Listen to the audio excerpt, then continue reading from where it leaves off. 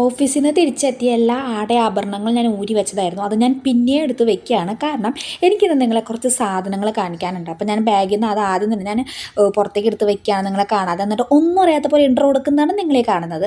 അപ്പോൾ ഞാൻ എൻ്റെ ഇൻട്രോ ഒക്കെ എടുത്ത് കഴിഞ്ഞു. എന്താ സംഭവം എന്ന് വെച്ച് കഴിഞ്ഞാൽ, ഞാൻ ഇന്ന് പർപ്പിളിൽ നിന്ന് കുറച്ച് ഐറ്റംസ് മേടിച്ചിട്ടുണ്ടായിരുന്നു.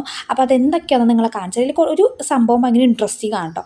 അപ്പോൾ ഫസ്റ്റ് വന്നിട്ടുള്ളത് ഡേം ഡോക്കിൻ്റെ ഈ ഒരു ചെബിയച്ച റോളോണാണ്.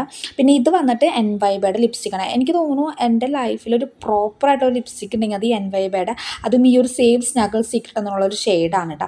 പിന്നെ അതേ ഞാനൊരു നെയിൽ പോളിഷ് മേടിച്ചിട്ടുണ്ട്. അതും ഫേസ് സ്കാൻഡഡ്. അപ്പോൾ അതുമ്പോൾ സ്റ്റിക്കർ ഒട്ടിച്ചിരിക്കുകയായിരുന്നു. അപ്പോൾ അതുകൊണ്ട് അത് കാണുന്നുണ്ടായില്ല. അപ്പോൾ ഞാനത് പൊളിച്ച് കളഞ്ഞു. അപ്പോൾ ഞാൻ ഇത്രയും നാളിട്ട് കണ്ടിന്യൂസ് യൂസ് ചെയ്തിട്ടുണ്ടായിരുന്നത് വിഷ്കേൻ അണ്ടർ അംബ്രോളാണ് കേട്ടോ. അപ്പോൾ അത് കഴിഞ്ഞപ്പോൾ ഞാൻ പുതിയത് മേടിക്കാമെന്ന് വെച്ച് ഞാൻ ചുമ്മാ പർപ്പിളിൽ കൂടെ തിരഞ്ഞ് നടന്നപ്പോഴാണ് ഈ ഒരു ഡേം ഡോക്കിൻ്റെ ഈ ഒരു ഐറ്റം കാണുന്നുണ്ട്. പാക്കേജിങ് ഒക്കെ കിഡിലൻ പാക്കേജിങ് കണ്ടോ. ഒരു ക്യൂട്ടുള്ളൊരു തുക്കുടൂച്ചായിട്ടുള്ളൊരു സാധനമാണ് കേട്ടോ അത്. അപ്പോൾ ഇതിലിങ്ങനെ കൊറിയൻ ടെക്നോളജി എന്നൊക്കെ എഴുതിയിട്ടുണ്ട്. 7% ഓഫ് AHA എന്നൊക്കെ ഉണ്ട്. അപ്പോൾ അതിൻ്റെ മണം എനിക്ക് അതെന്താണെന്ന് മനസ്സിലായില്ല.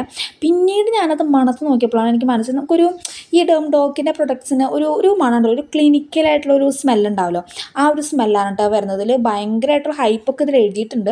ഇത് വർക്കാവോ ഇല്ലയോ എന്നുള്ളത് നമുക്ക് നോക്കാം. അപ്പോൾ എന്തായാലും ഇതിൻ്റെ റിവ്യൂ വേണമെങ്കിൽ നിങ്ങൾ കമൻറ്റ് ചെയ്യാൻ വേണ്ടി മറക്കരുത് കേട്ടോ. അപ്പോൾ ഇഷ്ടപ്പെട്ടെങ്കിൽ ലൈക്ക് ചെയ്യാനാകും. അപ്പോൾ അത്രേ ഉള്ളൂ. Bye, see U.